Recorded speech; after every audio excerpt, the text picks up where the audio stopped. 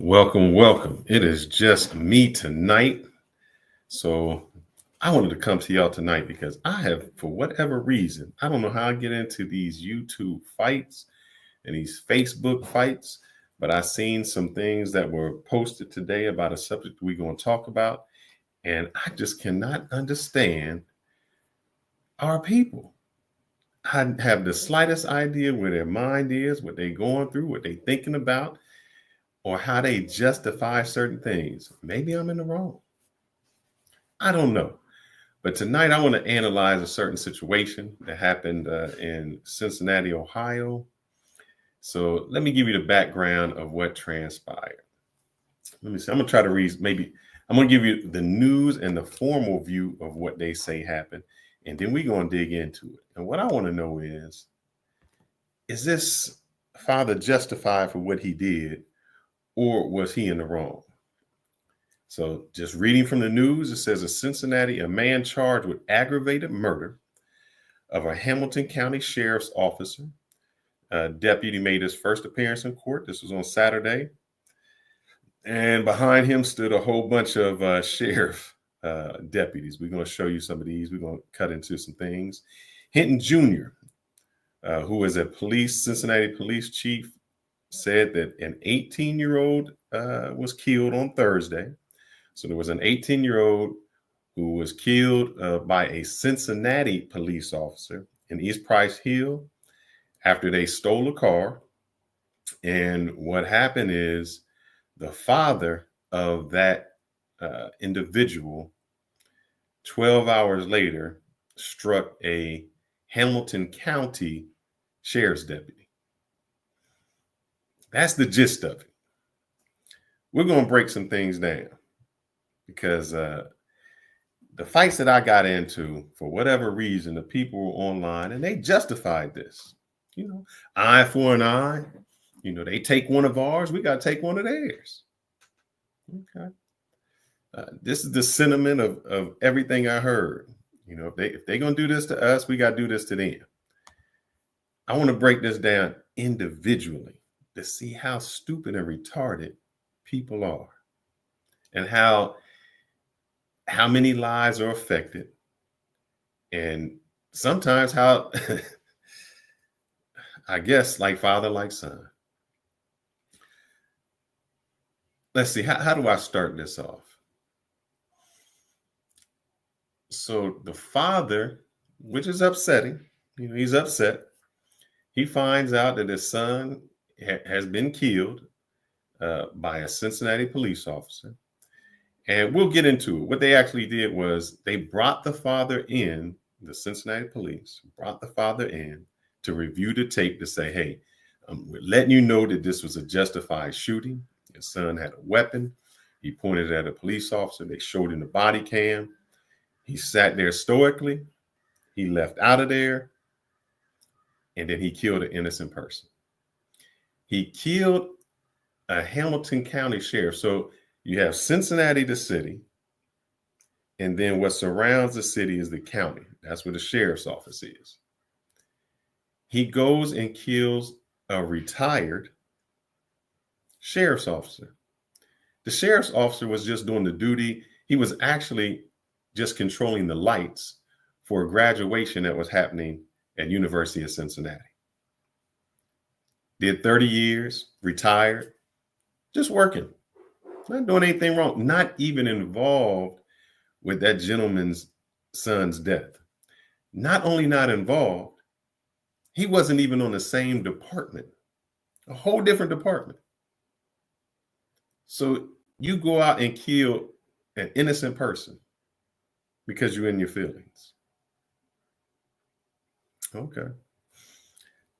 Let's start with this. There's a gentleman I know that he is a police officer in Cincinnati. Actually used to be a bodybuilder uh, named Andre, and he's worked with a lot of people that's been in prison. I think his organization is called like Prison Breakers or something like that. And he comments on it. We're going to start with him because I know that everyone wants to say either it's black, white, thin line, blue line, but this is a brother who's been with the police officer, grew up in the hood, decided to become a police officer, been with the police officers for 25 years or so, probably longer, and actually helps the community out. I want to hear what he got to say. Good afternoon, family.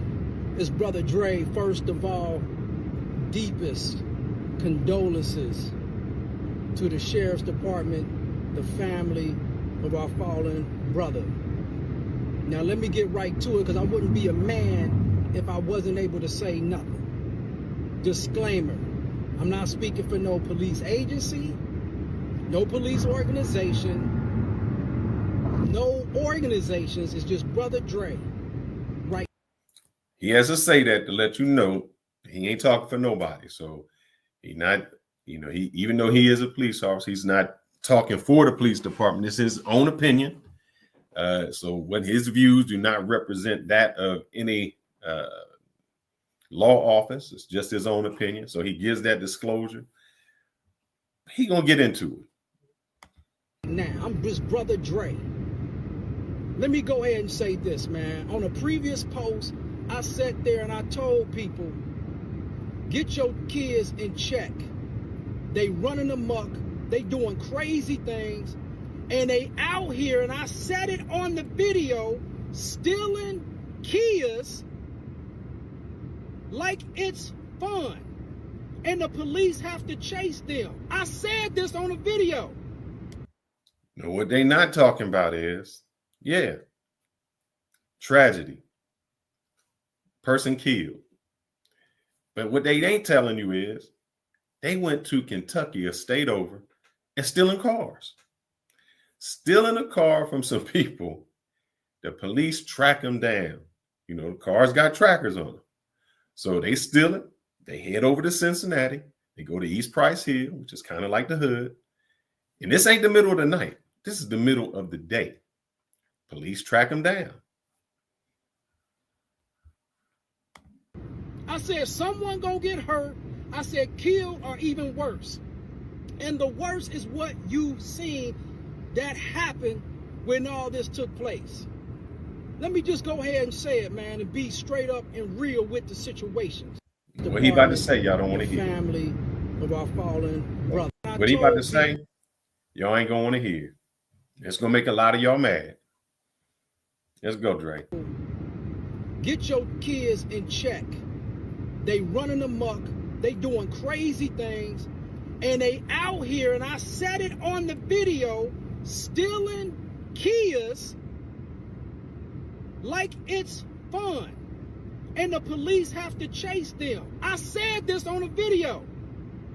I said, someone gonna get hurt. I said, killed or even worse. And the worst is what you seen that happened when all this took place.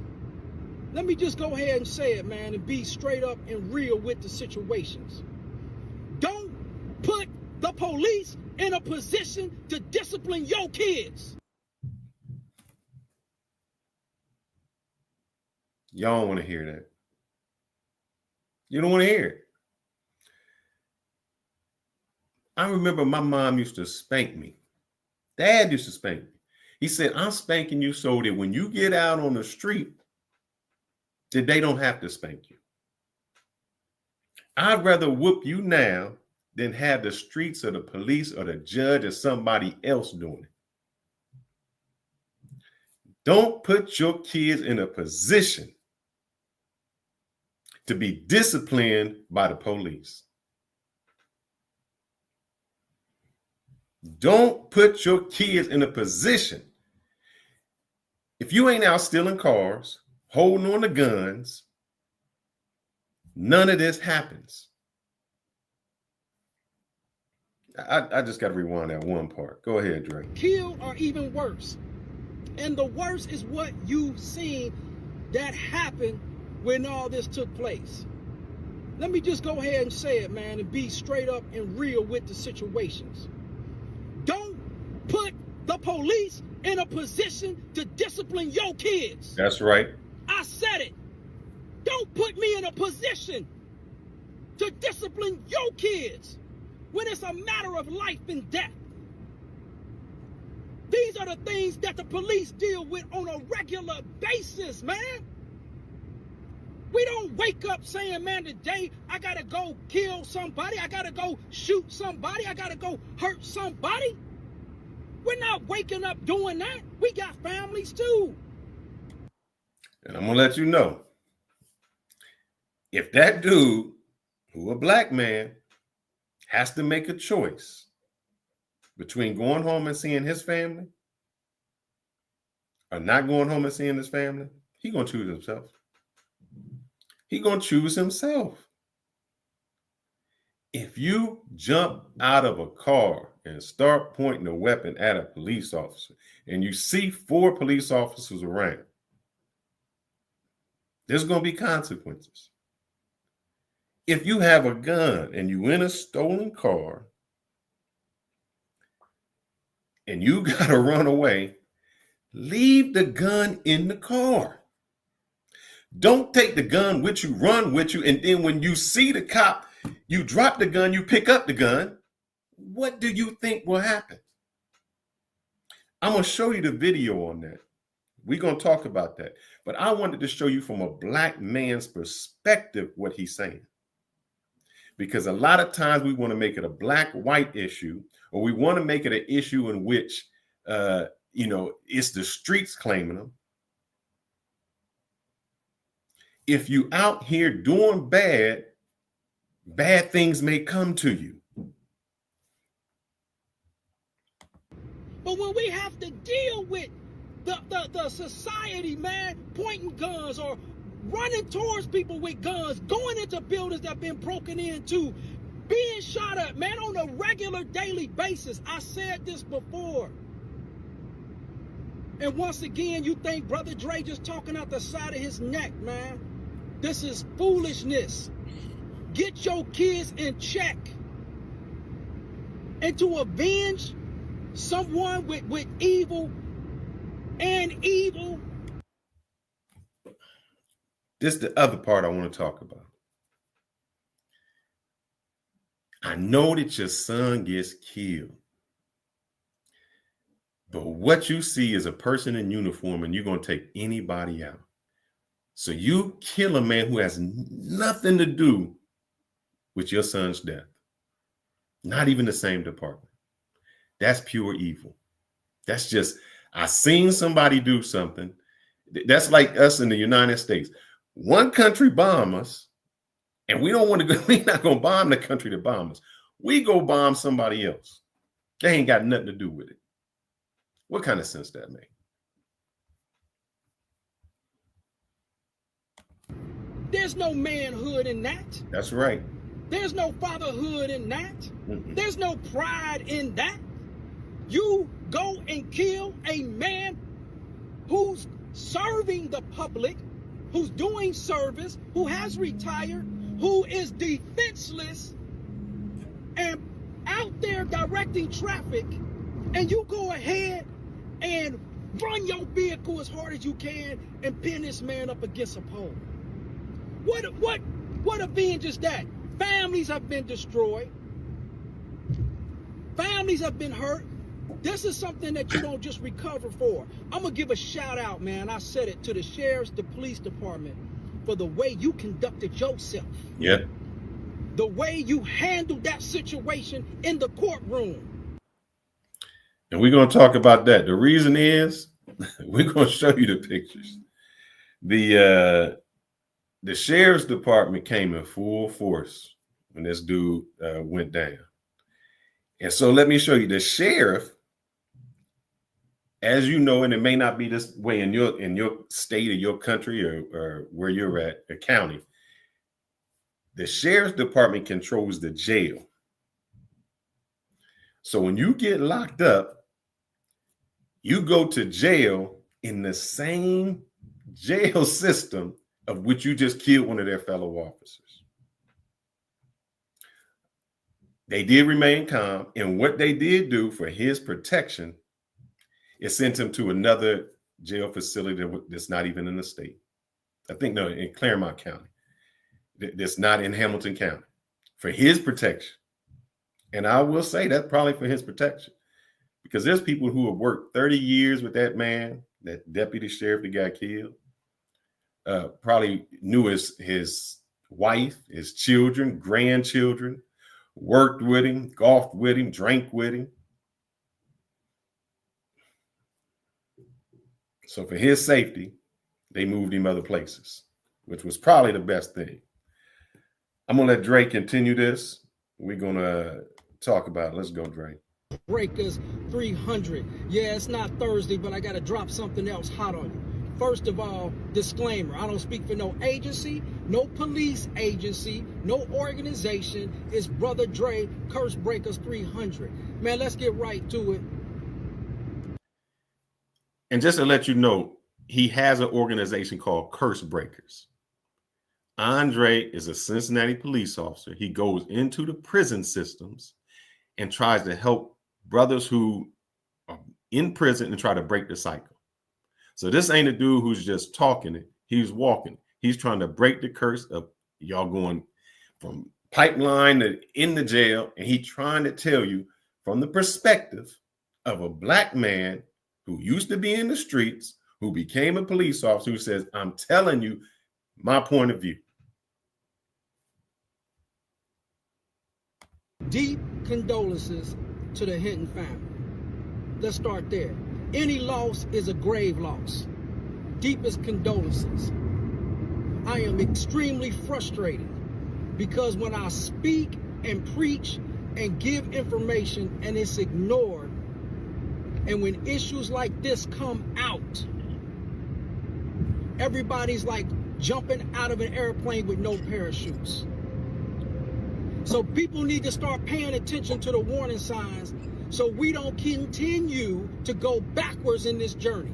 Number two, somebody said, hey man, you a sellout, bruh. You know, an eye for an eye. Hold on, dog. Yeah. This is what I want to talk about. This is what I want to say. Because the same thing when I got on, and that's what brought me up. And shout out to Ronan. I know Ronan is in the building, somewhat in the building, but he's not in the country. Just to let you know, Ronan is in Taipei, I think, Thailand. He has landed.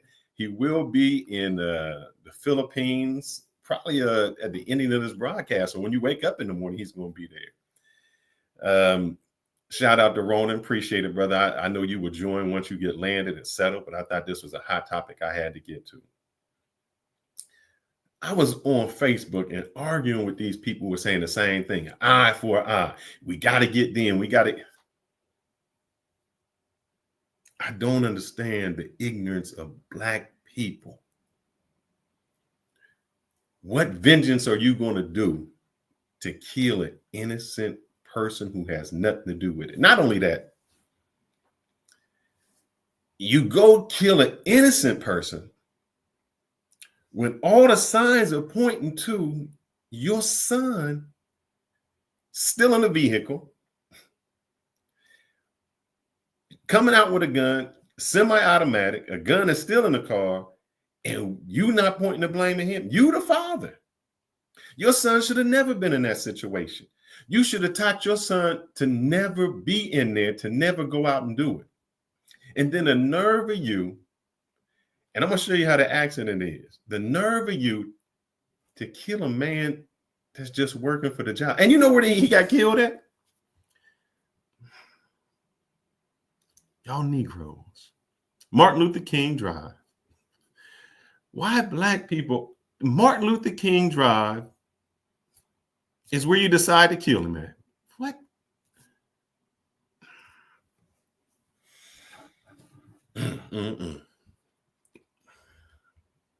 Go on, Dre. Me, You can go ahead and get off any social media sites I'm on, because the bottom line is people don't want to hear the truth when it's presented. And when somebody, a black father, tells me, hey, bruh, an eye for an eye, this how we do it in the street, that's why these kids getting killed. The number one killer for young black youth is homicide. Exactly. And that's what they said. That's what the nerve of the person had to say. Oh, what if I was in a gang and then, one gang member killed my friend and then I got to go kill their friend? That's Negro logic. That's the Negro logic that's killing y'all. Somebody killed your friend because you in a gang, and then you got to go shoot up their gang, some innocent person who had nothing to do with it. And in the process of you shooting up the innocent person, you kill grandma on the street, a stray bullet go kill a little kid that's in their house sleeping. That's your logic, that I got to go get mine. You got to go get yours. And try to shoot somebody who shot your friend, and you don't even shoot them, you shoot two innocent people. And you call that an eye for an eye, and it's a street justice. Stephen Smith, I see you. We are going to get to the economy. I'm going to do some shows on that probably later this week. Maybe I just met with my boss, so I went over some things that I really want to go over when I went with my mentor. But I want to stay on this subject for now. Believe me, stay tuned. I'll put something up about that. Got to talk about the economy too, because some of the times what happens is the poorest people, the ones who have nothing, commit the most crimes. And you know who they steal from? Other people who don't have nothing. So you don't have anything, and your solution is to steal from others who don't have anything either. What kind of sense does that make? And you wonder why when anyone like myself, when they say, oh, you changed, Fearless, when I say, yes, I changed. I changed my address, my zip code, my tax bracket, because I knew what it was. I didn't want that mentality. I didn't want to be in those places where I always had to look over my shoulder, had to watch who's coming around, somebody surveying me. I didn't want to be like that.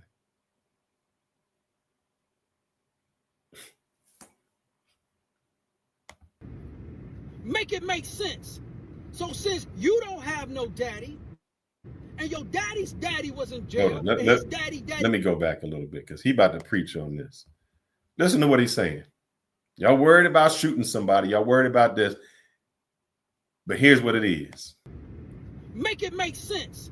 So since you don't have no daddy, and your daddy's daddy was in jail, and his daddy was in jail, you want to curse your own son, your own family, your grandchildren, because it happened to you. That's the whole concept of Curse Breakers 300. Break the curse, bro. Break the cycle. Y'all stuck in a slave mentality. And then you come back at a brother like me trying to give you truth on every aspect. I'm just telling you, don't leave discipline in the hands of somebody else. That's right. Don't lead the street or the police to discipline your child, because you will not like the discipline that's given.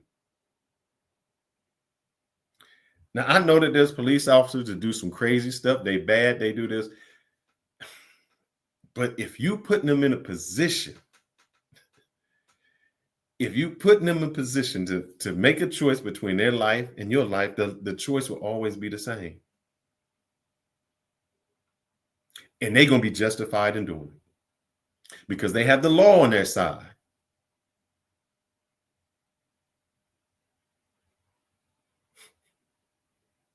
Now, if you don't like it, vote. But y'all not voting. Y'all not voting at the local level. You're not voting at the state level. You're not even voting for the president. Because those are the people who make the laws and make the changes. But you're not doing that.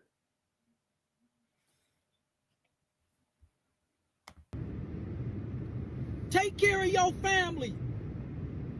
Take care of what you need to do. It's easy to pass blame. But people so caught up in the shoot, don't shoot, what should do, not should do, man, there's accountability. And trust me, man, I'm going to get to all that.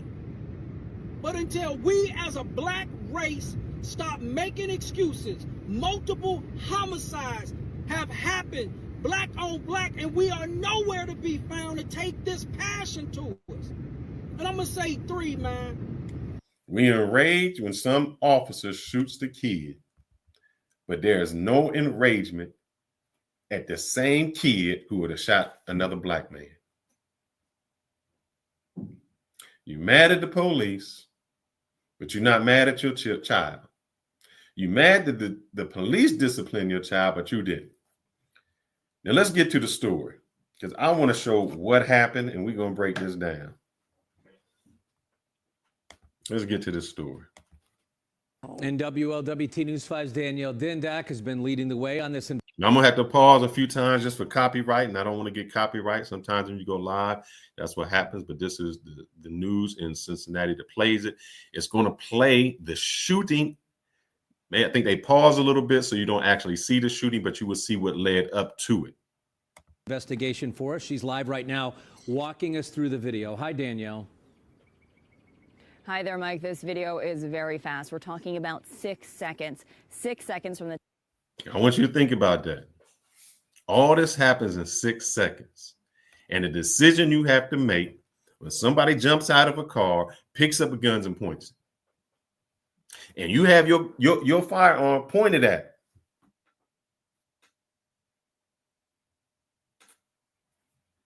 What do?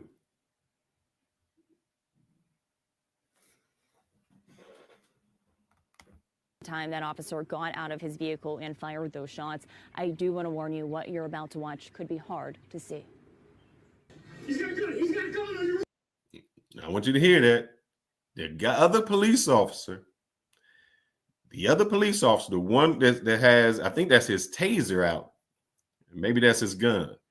He's actually saying he's got a gun. He's got a gun. He's saying it to this other police officer. You can't see him yet, but they're behind this car. The car that you see right there is the stolen vehicle. There's a dumpster that this gentleman jumps behind. There's a other officer on the other side of the dumpster. And he's telling that officer he's got a gun. He's got a gun. In a matter of seconds. On your right. So he's letting him know there's a dude that just jumped out with a gun. He's holding it. So they see the gun as they're running. The officer right here sees the gun, and he's letting his fellow officer know there is a gun, and it's aimed right at you. It all began with a stolen vehicle, a Kia from Edgewood, Kentucky. GPS tracking led the investigation here, a condo. Now they stole the car. Stole the car in Kentucky. It's got GPS.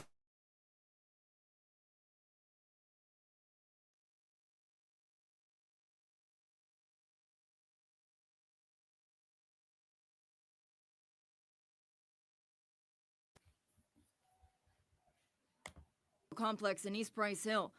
Officers arrived and Chief Terry Thiegy explains what happened next. All 4 individuals get out and start running. 4 guys, they jump out the car, start running. Police have them trapped in. This, what you see, let me see if I can show you. That little spot at the top, that's another police officer that is behind a dumpster. And the other side of the dumpster is the person with the gun. Some in different directions. So officers decide which individual they're going to pursue. So you see that gentleman right there is on point. He sees the gentleman with the gun, the 18-year-old with the gun. If I have a gun pointed at you, I don't, because what they're saying is he may have dropped the gun, picked it up, and put it on. One, if you stole a car, not good. If you steal a car and got guns in it, even worse. If you steal a car, it has a gun in it, and you jump out, do not take the gun with you if the police are pursuing you. Why? Why even take the gun with you? Leave the gun in the car. Run.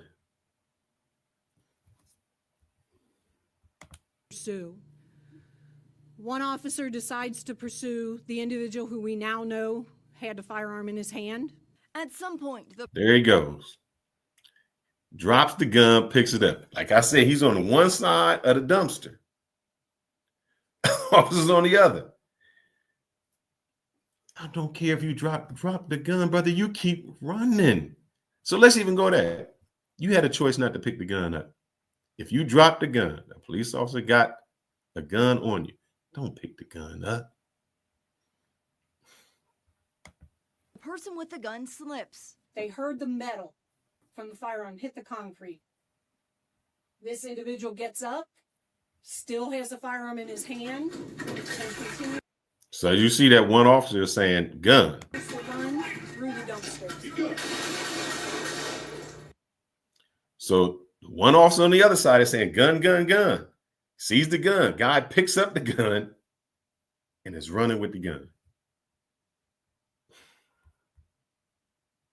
The officer who fired the shots was chasing another suspect before he made contact with the armed suspect. The officer who did discharge his firearm said that when the individual came out between the dumpsters, he had the firearm in front of him. He was in like a bladed position. I want you to think about this. You behind a dumpster. You the police. You behind a dumpster. Somebody just told you there's a gun. And all of a sudden, you see a shadow come out. How many seconds you got to decide? You see the gentleman with the gun. You see him just come out. You ever come outside somewhere, been somewhere, and just something run in front of you? And you're like, what the hell? That's when you don't know what it is. When you notice somebody's got a gun and you see him jump out.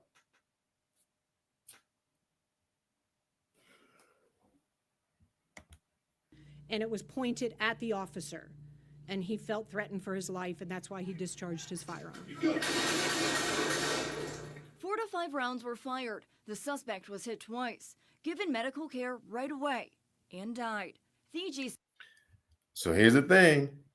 Even though they gave right there. So imagine the mentality. You just shot somebody that was about to shoot you, and you still render aid immediately. So it's not a personal thing. It was, I got to go home tonight. All this over a stolen car. A stolen car. I'm not understanding it. So when this father says this, was the father there to stop his son from stealing a car? Say, son, you shouldn't steal cars. Son, you 18 years old. You shouldn't be running around with loaded guns. Not only had this gun, they're going to say it. He had one gun in his hand, a whole magazine in his pocket, and another stolen gun in the car. Now, he's worried about what the police did, and y'all saying what the police did. Did anybody talk to the son? Is 18 years old, stealing cars with guns across state lines. Says this is the gun the suspect had. A semi-automatic with an extended magazine with another magazine in his pocket. Let me be very direct. We cannot allow individuals to flee from officers with a loaded firearm aimed at them. When this happens, the outcome is almost always tragic. You shooting guns like this, you not going to any type of target practice. You got 4 police officers with body vests that shoot on a regular basis. The outcome is not in your favor. Where is the dad? Why is the dad only reacting and not acting? He's mad at what the police did, but he's not mad at himself for what he didn't do.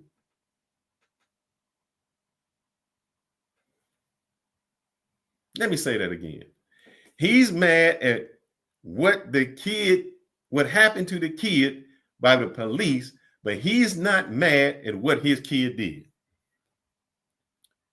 You're right, LJ. 3 lives lost forever. And I want to get to this one part. I'm just going to go right here to this one part. Position to discipline your kids. Here we go. Say that again. Let me just go ahead and say it, man. Say it. Be straight up and real with the situations. Don't put the police in a position to discipline your kids. Don't. I said it. That's right. Don't put me in a position to discipline your kids when it's a matter of life and death. When it's a matter of life and death, do not put the police in the position to discipline your kids. Police also. Let me go to what the chief is saying. 4 to 5 rounds were fired. The suspect was hit twice, given medical care right away, and died. In his pocket. Let me be very direct. All right. We cannot allow individuals to flee from officers with a loaded firearm aimed at them. When this happens, the outcome is almost always tragic. Always Police tragic. also told us that a stolen gun was found inside that stolen Kia. At this time, we still do not have that. You stealing guns, you stealing a gun, you stealing a Kia, and then you wonder what's going to happen. Now, it's 4 of them. We're going to talk about the other 3. Because the smart one in that situation said, shit, I'm leaving this stolen gun in this stolen car and I'm running. I may get caught. But if I wasn't a driver, maybe I'm just going down for obstruction, or I was joyriding. I didn't lose my life. That stolen gun don't belong to me. I'm keeping it in the vehicle. Now, you're wrong for stealing anyway, but you're going to take the gun out of the vehicle and run with it? When you see a police officer with a gun pointed at you, when they said gun, you got to stop, and you still going to run. Just stop. LJ, what's up? Ronan isn't here tonight. Ronan is in Taipei, I believe. He might be on his flight now. He stopped in by the chat, but Ronan is on his way to the Philippines. Let's see when he wrote me last. I talked to him when he was in the airport to let him know I'm going live. But he will be back once he gets settled down. But I needed to talk about this because I've seen a whole bunch of ignorant things going on. He just landed in Taipei, Taiwan. He has a layover at 8:30. He might be out. He might be boarding that plane right now to Manila, Philippines. So we're going to get back with him. But I just seen the most ignorant things online. An eye for an eye. We got to get them. That's what they did to us.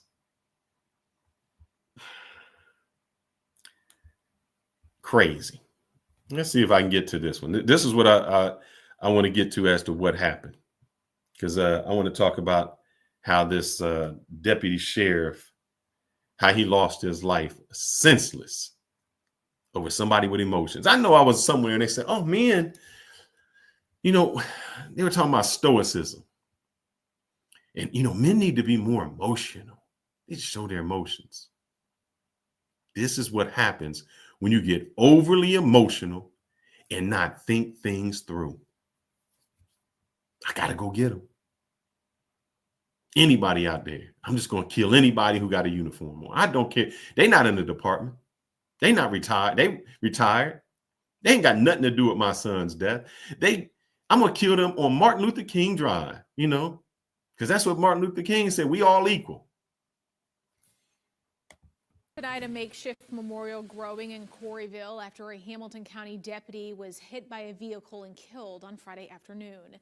Thank you for joining us. I'm Brittany Harry. Right now, that deputy has not yet been identified. The man accused of causing We're going to identify him. Don't worry. His death, Rodney Hinton Jr., appeared in court this morning.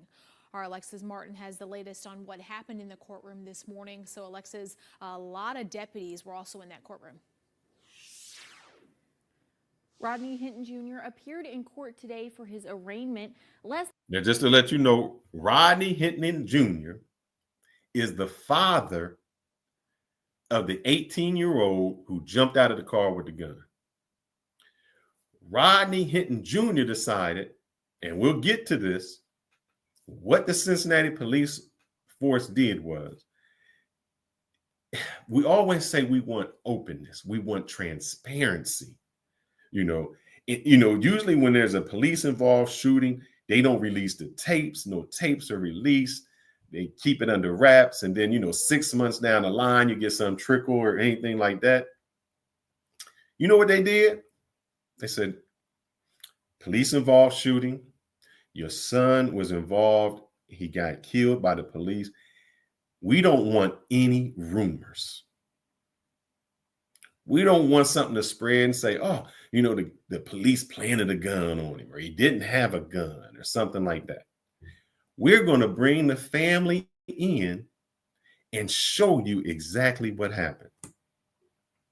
Biggest mistake there was. Because you know what that father did? He sat there and watched that tape and got angry and angry and angry. He didn't say a word. He left out of that meeting with the police and went directly to kill somebody. Think about that. They letting you know, man, look, your son stole a car. He had a gun in the car. He's running with a gun. He points it at a police officer. Police officer has a choice between his life and your son's life. The police officer didn't go to work that day wanting to shoot somebody. You put him in a position where he had no choice. That's what happened. We are terribly sorry for your loss, sir, but we wanted to show you that this is where the investigation lies. Okay.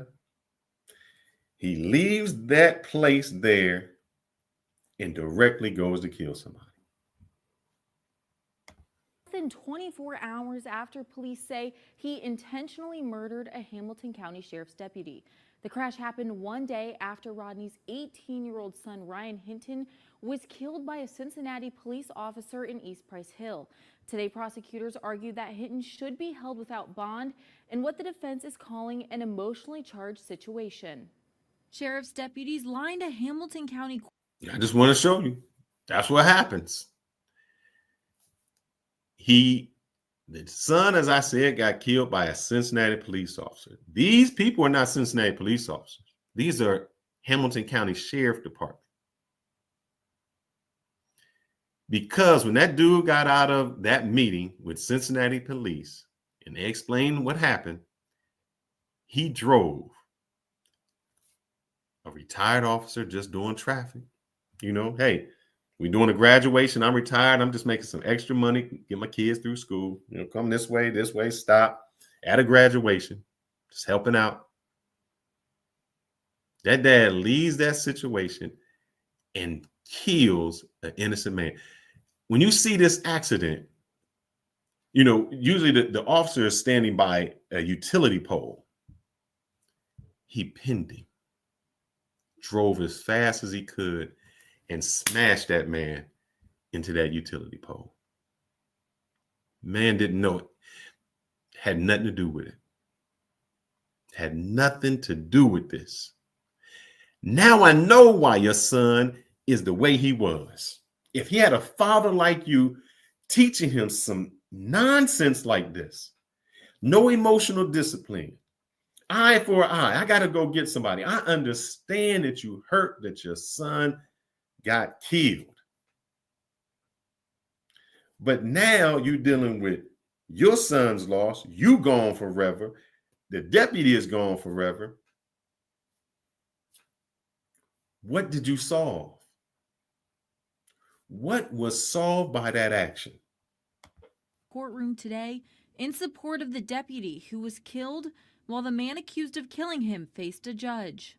I understand that there is a lot of sadness and a lot of anger in this room right now, but in the community at large. 38-year-old. Look at that car. I want you to see that car. I hope they do a close-up of this car. Is accused of aggravated murder after police say he intentionally hit and killed the deputy on Friday around 1 o'clock at Martin Luther King Drive and Burnett Woods Drive. Why is it that no matter where you go in this country, I don't care if you're in Cincinnati, Ohio, Dallas, Texas, New York City, if you go to Martin Luther King Drive, that's the worst place there is for black people. It's like they went to the worst place and said, you know what? This is where all those Negroes are. The worst. We're going to name it Martin Luther King Drive, Martin Luther King Boulevard, Martin Luther King Lane. I want you to see that car. Let me see if I can go back just a little bit. Look at this car, man. He drove so fast, he pinned that deputy up against it. The deputy, he's just doing traffic. He retired. He did his 30 years with the service. He ain't got nothing to do with this. He trying to just live his best life. Like, man, you know, I'm retired. I'm just trying to make a little extra money, put my kid through school. I'm done. LJ, I know your feelings would be all over the place, but that would be like somebody at school tragically hurt your son, and then you go to another school and just kill a kid. What did you solve? You killed a kid that had nothing to do with your son's tragedy. And the fact that your son was the one in the wrong in the first place. As I said before, Andre, tell them what we're talking about. Don't put me in a position to discipline your kids when it's a matter of life and death. These are the things that the police deal with on a regular basis, man. We don't wake up saying, man, today I gotta go kill somebody, I gotta go shoot somebody, I gotta go hurt somebody. We're not waking up doing that. We got families too. He got families too. They got families too. He intentionally hit and killed the deputy on Friday around 1 o'clock at Martin Luther King Drive and Burnett Woods Drive. CPD says the deputy was working in detail right outside of UC's campus when Hinton hit him with his car. The crash happened one day after Rodney's 18-year-old son, Ryan Hinton, was killed in a shooting involving Cincinnati police. I understand that this is Now, the one thing I will say that they did, because these, as I said before, you got Cincinnati, and then out the surrounding counties, Hamilton County. The sheriff's department controls the jail. So this is one of their deputies that got killed. That's why you got so many of them in there. He worked there 30 years and had a lot of friends. And they showing up to say, bro, it's going to be best if you don't come to this jail, because we're not going to be responsible for anything that might happen to you. Because a lot of people grew up with him, ate lunch with him, drank with their kids, played with their grandkids. So the smart thing that they did do, I will say it, is they moved this gentleman to another county jail for his own protection. emotionally charged situation. Prosecutors argue no bond should be set. They say the crash appears to be intentional. Court documents say Rodney drove eastbound across oncoming traffic lanes through the intersection and directly at the deputy, who was wearing a uniform and a bright fluorescent vest. There are no evidence of skid marks. There are no evidence that he tried to avoid him. It appeared from everybody who was on the scene that he deliberately struck the deputy in an attempt to kill him. Hamilton County Municipal Judge Tyrone Yates says the circumstances are unusual and tragic and ordered no bond for Hinton until his bond hearing on Tuesday. He's being held in the Claremont County Jail right now out of safety concerns. In studio, I'm Alexis Martin, Fox 19 Now. What did he solve? Let's hear what let's hear some statements here. This is attorneys for the family of Ryan Hinton. So the gentleman who just killed the deputy, they have an attorney So let's hear it. For the family of Ryan Hinton released a statement today. It says in part, prior to the crash, the family, including Ryan's father, Rodney, attended a meeting with Cincinnati police to view body camera footage of Ryan's death. This statement says Rodney left after that meeting and was not heard from until, quote, learning about the tragic incident involving a law enforcement officer who was working a traffic detail near the university. So let me say what happened again. The police trying not to hide anything, trying to say, hey, we are open book. We're going to show you what happened. They bring the family in because they understand, look, no matter what about the child is 18 years old, even though he is an adult at that time, it is still somebody's child. No matter what transpired to cause the end of that child's death is tragic to the family, because the family has to wake up and say, what? You know, my son is murdered. He's killed. He was shot by the police. You know, conspiracy theories go. So they said, look, let's bring you in. Let's talk about this. Let's show the family what happened. We want to be an open book to show you what caused this tragedy. We're investigating it. We have the body cam, but we want to show you first. That father left out of there and wasn't heard from. He went on a suicide mission. Statement goes on to say, quote, on behalf of Ryan Hinton's family, we offer our heartfelt condolences to the family and colleagues of the officer who was killed yesterday. This is an unimaginable tragedy for this community. Ryan Hinton's family is heartbroken by this tragic turn of events, and we are all devastated for the family of the officer who was killed. Now, crazy. Know what like LJ said, how many lives are affected by this? Now, you know that dude's name is Junior. Well, let's hear from Junior's father, because I think he was the only person in this that actually had some common sense, that actually showed a level of mental stability, stoicism, looked at the situation from all angles and said, everybody's hurt in this. There's no winners. This is the only person I think that really had common sense in this. If I seen in the video about my grandson, I seen two scared people. I seen the officer scared, and I seen my grandson scared. What I seen was two persons made a mistake. My grandson made a mistake being there, and the officer, he was trying to get back to his family too. So that's what I seen. We're going to keep playing him. That seems to be the only person that made sense. Everybody else, they eye for an eye. This is what happened. You should have done it. Andre, tell him, man. In a position to discipline your kids. Mm-hmm. I said it. Don't put me in a position to discipline your kids. Exactly. Don't put that officer in a position that he has to make a decision that is not going to bode well for you. Attorneys for Ryan Hinton's family say his shooting death is not so cut and dry as they investigate whether it was justified. That's not a death penalty. Being in a stolen car, having a gun, that doesn't mean that you should be shot and killed. No, it doesn't. I say that, hey, you stole a car, got a gun, does not give the police the justification to kill you. The other people left the stolen gun in the car. They said, you know what? I'm not bringing it. But when you take the gun out and you got an officer got his weapon trained on you,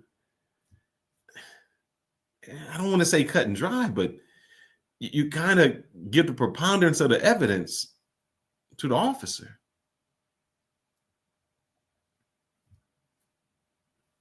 I mean, because they're gonna say, what if you just went to work today and somebody pointed a gun at you? I don't want to say cut and dry, but the dominoes start stacking up against you. Just hours after this radio segment on the Lincoln Ware Show. Did he get up abruptly and just walk out of the room, or did he? He did leave.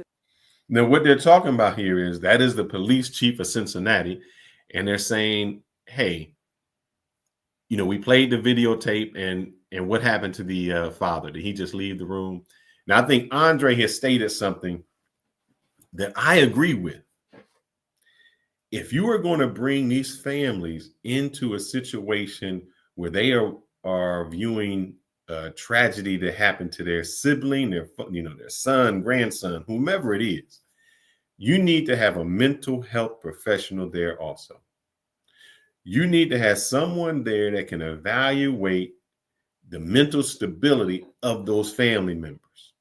Not only that, if they need someone to talk to and counsel them, because you don't know when you show on that tape who the loose cannon is, who's the person that has revenge on their mind, who has the eye for an eye, who cannot rationalize and will be emotionally unstable. So I think when you are playing a tape of something like that, you need to have mental health people in there to evaluate the stability of the people watching it. Just to let you know, this gentleman is Lincoln Ware. And so what they did was they actually, it's a black radio station there in Cincinnati. He's a popular radio host. They went on to say, hey, we reaching out to the black community. They're at least trying. I know some police forces where you don't hear anything. They're not going to say nothing to you. You're going to try to FOIA, if you don't know a FOIA, freedom of information, to try to get that body cam. They're going to block you every time. They're going to block things out you're not going to hear. The family got to see the body tape 12 hours after the shooting. 12 hours after that, the deputy did. The room, yes. All of a sudden, he left the room. Yeah, Okay. he walked out. Okay. As they watched his final moments on her officer's body cam, Chief Teresa Thigi says... So see, I keep telling you, this one's a little clear. The officer that is standing, that you see in the distance, has his gun positioned already.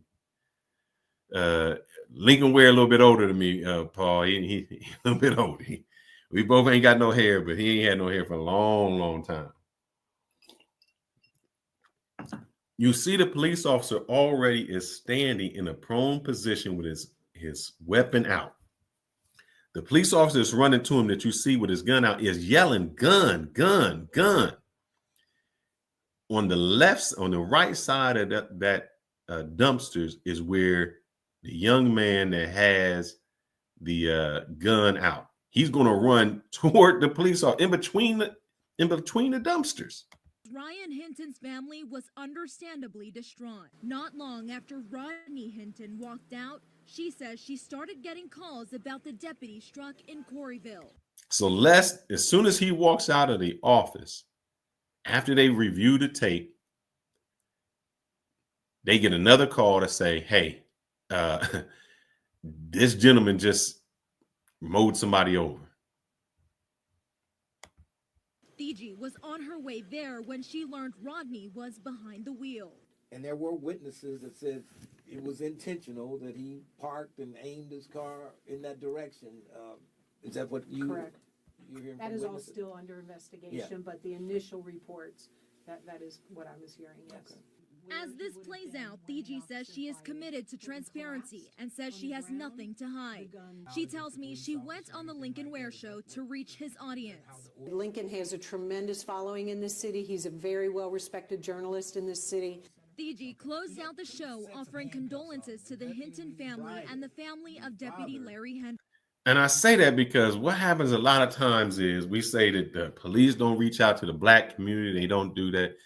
They attempted to. And LJ, right, the police just thought, show them and that's it. Like, we're going to show you we have nothing to hide. You know, a lot of I say it. There's some police forces where they throw rocks and hide hands. But they said, we're going to show you what happened because we think that we are justified in this. We don't want anything. We're not trying to hide anything. We want to show you. That happens. They even go on to the radio show. Black radio show, black owned. to say, look, I don't want anyone to jump to conclusions. We're showing the family what happened. We don't want anybody to think, hey, they threw a gun. The police planted a gun. All these conspiracy theories, we want to be open. And that was not, I bet they rethinking that. I bet they're rethinking that. And it's sad that the man who got killed that day, the 18-year-old, that's sad, and the sheriff's deputy who just had nothing to do with it, just woke up on a Saturday and said, I'm going to go here and make some extra money. And I'm just doing traffic. I'm just controlling the traffic lights to let people in so their family can go to their children's graduation. She says the city has worked hard to strengthen police and community relations, and she asked for calm during this time. My ask is of everybody, law enforcement, politicians, community leaders, everybody, is to put your emotions aside, be patient, let the investigations run their course, because now there's more than one that's going on. So let them run their course. Fiji says the priority now is the prosecutor's role in the investigation. She says it could take months for the prosecutor to determine if charges will be brought against the officer who shot Hinton.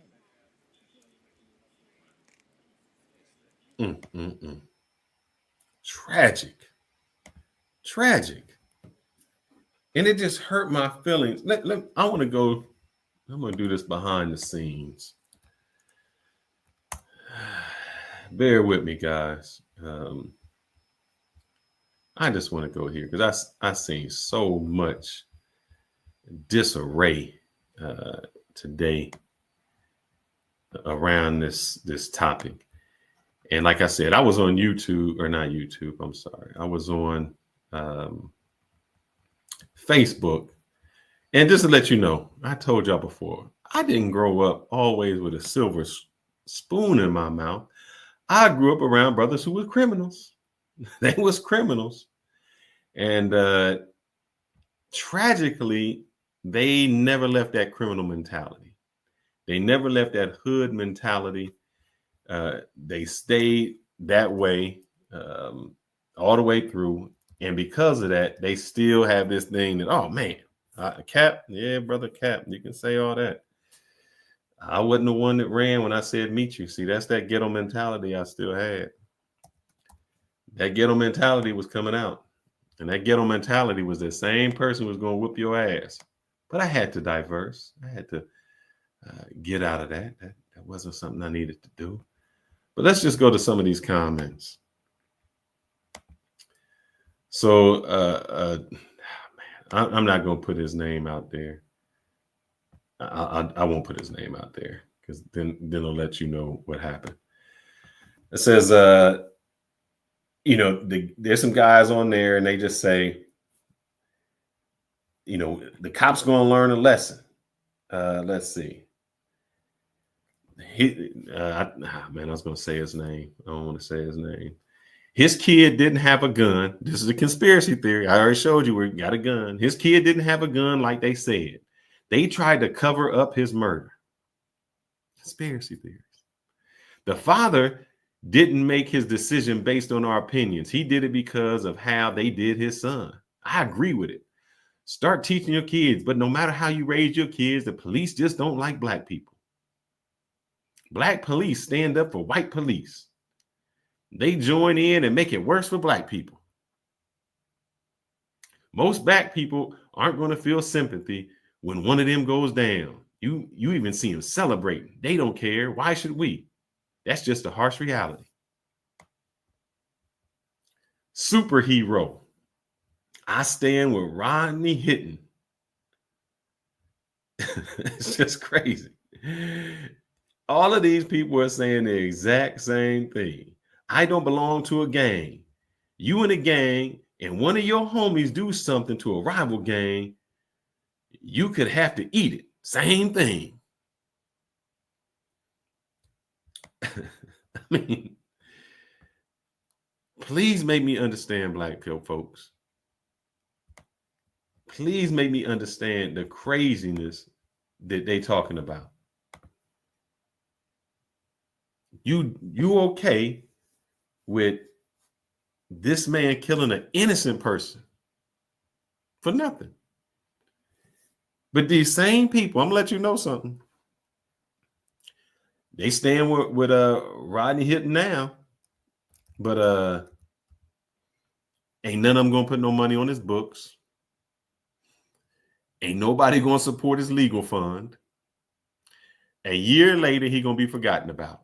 And all y'all saying stand with him, y'all ain't gonna do nothing to help it. See, that's how it is. You in that gang, but when you go to jail for rolling with the gang, that gang's still out on the street. That gang don't care nothing about you. That gang not putting money on your books.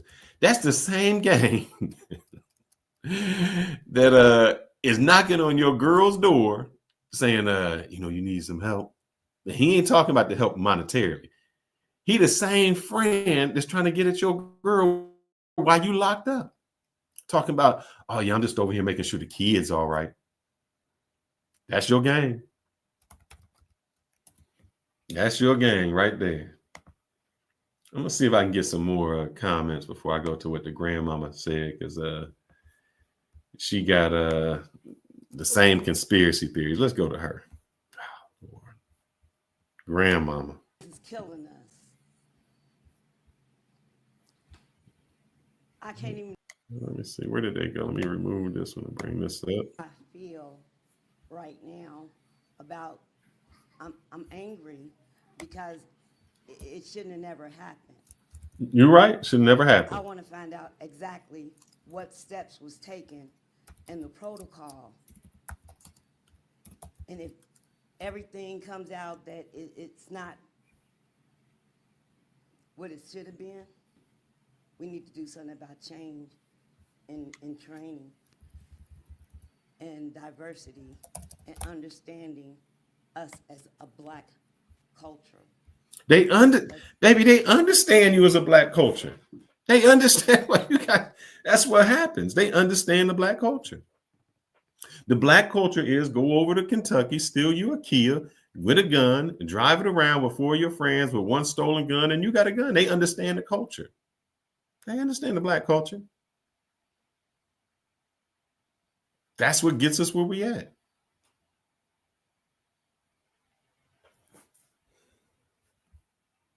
Black people, we don't deserve to be killed just because we're running away from the police. We're scared just as much as they are. Whether we did something.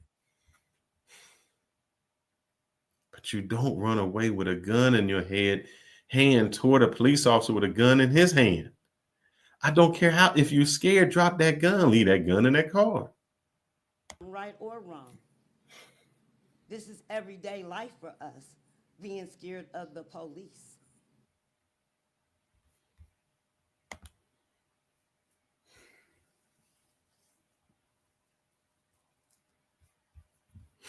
Everyday life, scared of the police. Dre, tell them what I got to say, man. Don't put the police in a position to discipline your kids. I said it. Don't put me in a position to discipline your kids when it's a matter of life and death. These are the things that the police deal with on a regular basis, man.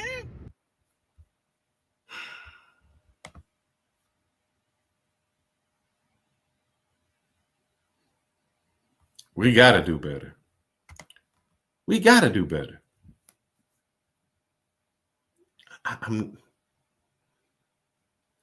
The one thing I remember my mom telling me she hated more than anything was a liar and a thief, because you couldn't trust either one of them.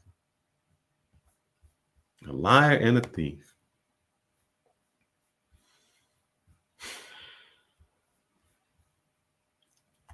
And what did I say, man, in the beginning?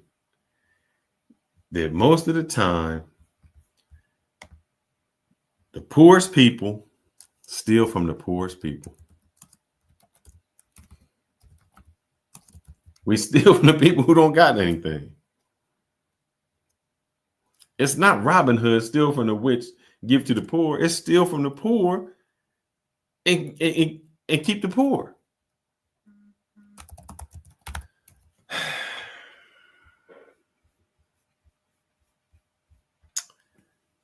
Let me give salutes to the deputy because I want to make sure that he gets his time. Tragic life that was lost. Salute to you, my brother, for serving the community for 30-something years.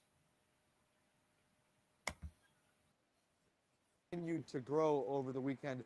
Behind me include letters, notes, and other tokens with words like miss you, love you, and justice for Deputy Larry Henderson.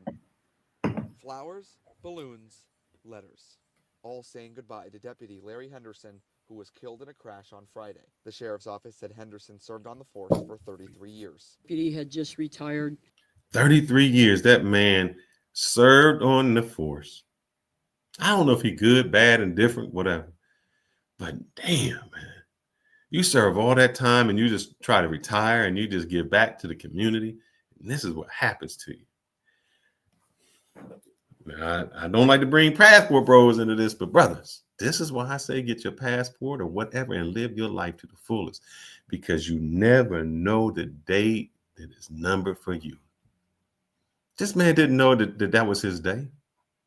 And if you wait until your last bit of time to go out there and try to enjoy life, salute the Ronin travelers that's over in the Philippines. Salute Ronin. Do it. You don't know when the last day is. You need to go out there and enjoy your life because you never know when it's going to end. And if you guys are waiting till retirement to try to enjoy your life, they said the average life of a police officer after they retire is 5 years. That's a hell of a not retirement. Do 30 years somewhere and you die 5 years later.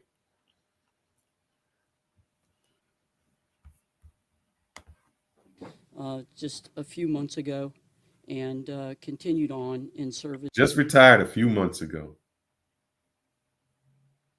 As a special deputy, with all of his experience, we were incredibly glad to have him. Friday, Hamilton County Sheriff Charmaine McGuffey spoke about the kind of person Deputy Henderson was and his legacy. He was so well liked and so well known. We could fill this building with the law enforcement agencies that respect him, love him, his friends, his family. The deputy was hit at the intersection of Martin Luther King and Burnett. I don't think y'all, let me go back, man. Do y'all see do you see that car? Can I put this on full? Let me see if I can bring that up. Do you see that car, man?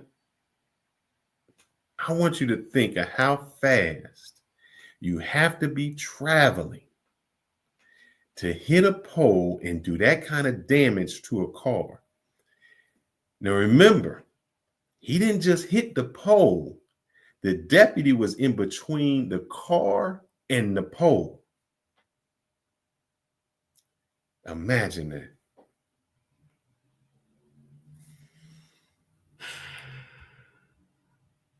That is just ridiculous, man.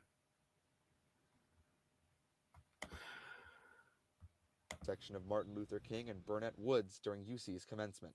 Now, Rodney Hinton Jr., the father of a man shot and killed by Cincinnati police just 1 day before, is charged with Deputy Henderson's murder. The loss rattled local law enforcement and the entire Cincinnati community. Can't express to you how sad, how incredibly sad we all are. Almost 10 years ago, we reported on Deputy Henderson being involved in a crash alongside another deputy on I-74. He and another deputy sustained minor injuries then. We're lucky today. We're very lucky. And somebody was looking after us. The sheriff's office said Henderson's badge number, 129, will be retired. And I knew what a tremendous, tremendous person he is and what a tremendous loss we have all suffered. I do want to say this. I want to say this. I took myself off. Let me remove this one.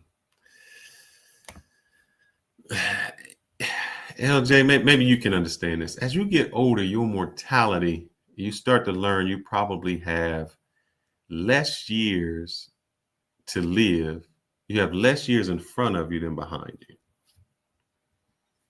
When that happens, you start to think about the end of your life.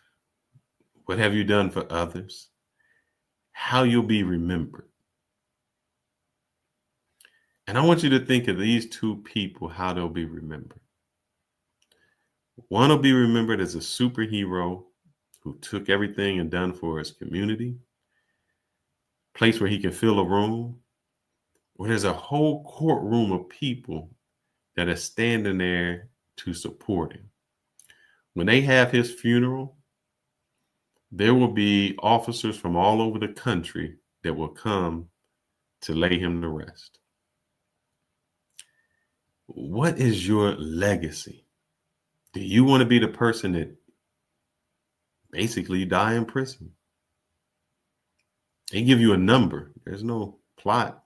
You just get a number outside. Because by the time you live your life and die, all your friends are gone. Your father's gone. Your other children, they doing their life. You don't see your grandkids. Your visits come, maybe often in the beginning. Then as years progress, they dwindle down. Nobody answers your letters. Nobody puts money on your books. Nobody answers your phone calls. And you can sit in there and say, yeah, I did this for my son.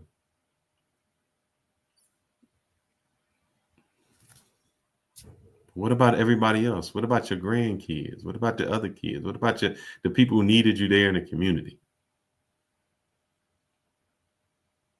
I mean, you could have taken this a whole different way. I just always think about how you're going to be remembered. For Deputy Henderson includes pictures of fictional heroes to honor the life and loss of a real-life hero. In Cincinnati, Sam Harris-Semowitz, WCPO 9 News. So they're going to call you a hero or villain. I want to play this one last video because this goes to the choices that you can make. These are the choices of the other people, what they can make. What they decided in the same situation, how they decided. These are the guys who were in the stolen car also. His death makes his first appearance in court. Police say that Sincere Grigsby is the suspect who got away Thursday when officers tracked the vehicle stolen out of Kentucky to a condo complex in East Price Hill. He was arrested Saturday and charged with receiving stolen property. Prosecutors asked for a higher bond, prompting Grigsby's lawyer to argue with. Now just think about this, bro. The only thing you would have been charged with is receiving stolen property. Receiving stolen property that you could say, I was just a passenger in the car. I didn't know it was stolen. I just riding with him. Death. Receiving stolen property, death.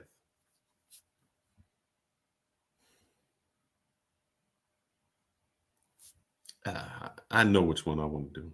The judge that bond should be lowered. I think it's improper for the court to consider everything else has happened when that's all. Now, what I want to show you is this. Who is in the courtroom? You do all your dirt, you do your things. Who is there to support you? Nobody. The lawyer, the prosecutor, and the judge. That's your only people. Maybe you got a girlfriend. She might show up until the other dudes let them know you're going to jail for a long time. And they're going to go ahead and keep her warm while you're gone. Do you see the difference? What's your legacy? An eye for an eye just gets us all blind. And I'm not even going to say that. Look, I'll say this, and it's not meant to be like this, but if it was a tragedy where an officer was not justified and something happened and he killed your family member,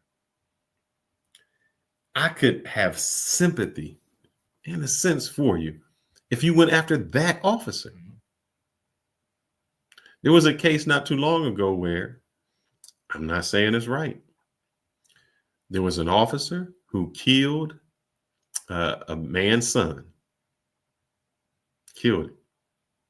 That man waited until that police officer's little girl went to the prom.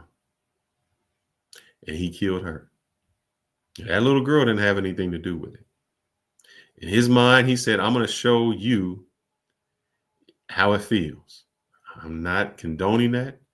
I'm just saying you can rationalize it. Like, that wasn't right. You still killed someone innocent, but mentally I could rationalize it. Some things I just can't rationalize. But who's in your courtroom? All them people who beefing you up, your boys, all of that. Who's in your courtroom? Because I don't see nobody here. Outside of Mr. Grigsby's control. And I understand what's happened here. You know, there's been loss of lives all over the place, but I don't think Mr. Grigsby should be punished for that when there's no allegation he was involved in the shooting of Mr. Hinton. There was no allegation he was involved in the tragic death of the sheriff. The prosecutor says at the time of last week's arrest, Grigsby was on probation for a different case involving a stolen car or shot.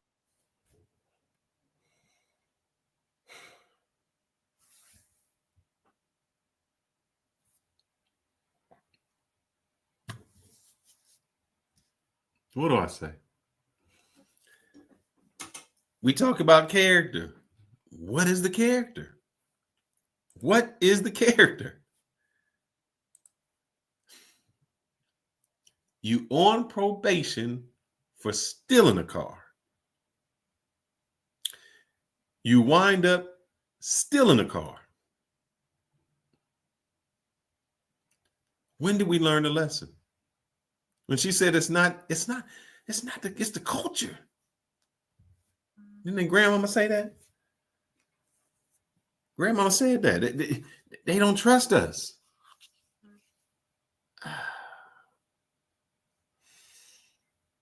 I mean, what do you think? You on probation for stealing a car, and then you steal a car. You've not learned a lesson.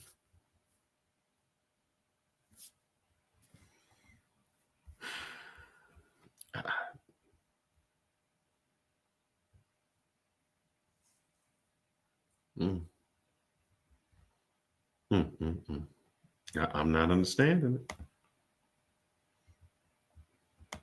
Shots were fired. Less than a year later, engaging in substantially similar behavior. And this is where the risk to the community is coming into play. Now the judge set Grigsby's bond. You are a menace to society.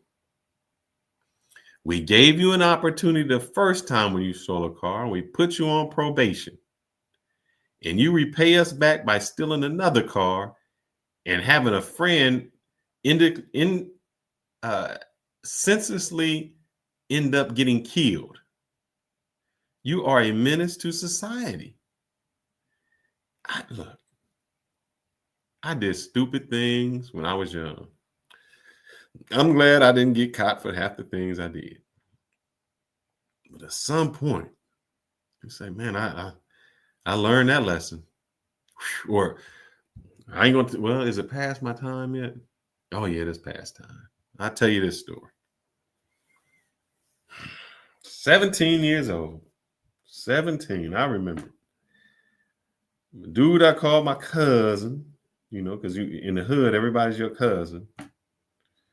Even though y'all ain't real cousins, but y'all cousins. He tell me, man, I sold my stereo. This before your time when you had the whole stereo system. You had the Alpines, the Kenwood, the subwoofers, all of that you put in your car. Made the beats go. He tells me, look, man, I sold my vehicle or sold my stereo equipment to this dude. And, he ain't paid me back. He took it. What you mean? He can't do that to you. We got to go get our get back. We go break in this dude's car. I'm just watching because I'm like, it ain't really my equipment. But I'll be out here, I'm with y'all. It's about 4 of us. Break in the dude's car to steal the Kenwood and the subwoofer because he didn't pay my man back or didn't pay him for the equipment. Cops chase us, then we run. Next thing I find out, and I'm sorry, brother, I know, man, I know it's years later. I find out that I was going to school with this girl. Her name was Lily Yee. Lily Yee was an Asian chick who was about a very attractive Asian chick, but when Asian chicks weren't in, I mean, she was small, man, maybe 100 pounds. If she made 100 pounds, it was lucky. It was her brother who was probably 80 pounds. I was like, I found out that we broke into his car. You know why we broke in his car? Because my friend, my cousin, convinced me that this dude didn't pay. I didn't know who the dude was. Come to find out, he got paid. He just was trying to get his stuff back. The dude had already paid him. That's when you say, some friends ain't meant to be around. Some friends, you can't call them your friend. Some people just ain't your friend. If you put me in that situation, you're not my friend. Let's finish this up. At $50,000, 19-year-old DeAnthony Bullocks and 18-year-old Jarrell Austin are also charged in this case. I wanted to bring these guys up because they ran with no gun. They just get charged with a stolen vehicle. Okay. Maybe first-time offenders. Maybe they turn their life around. Maybe they say, man, I didn't have to do that. Different life. It's okay. At least they get to live and tell about it.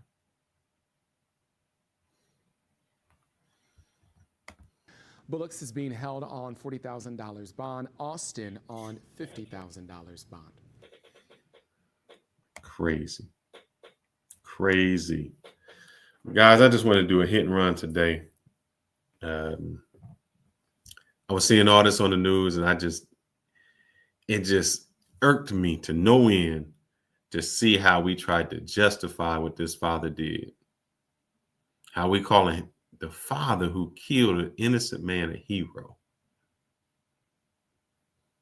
I don't know what superhero that is. I don't think I want to belong to that Marvel or DC comic. And if we keep behaving like this, and we don't teach our kids certain things, this is how it's going to end. And I'm going to end this with my man Andre. Tell him, Andre. Real with the situations. Don't put the police in a position to discipline your kids. That's right. I said it. Don't put me in a position to discipline your kids when it's a matter of life and death. These are the things that the police deal with on a regular basis, man. With that said, my crew, we are out of here. I'm going to try to do some more lives, some more reactions, especially since my partner in crime is going to be on a whole different time zone. It's going to be hard for that old man to be getting up. Maybe it'll be hard for me. One of the two. I'm not sure how we're going to work it out, but let's wish Rona some safe travels. I hope he's watching, or at least when he lands, he'll be able to watch this video and relax in his new life ventures. Until then, my people, stay fearless, but man, stay safe. We out. Goodness gracious.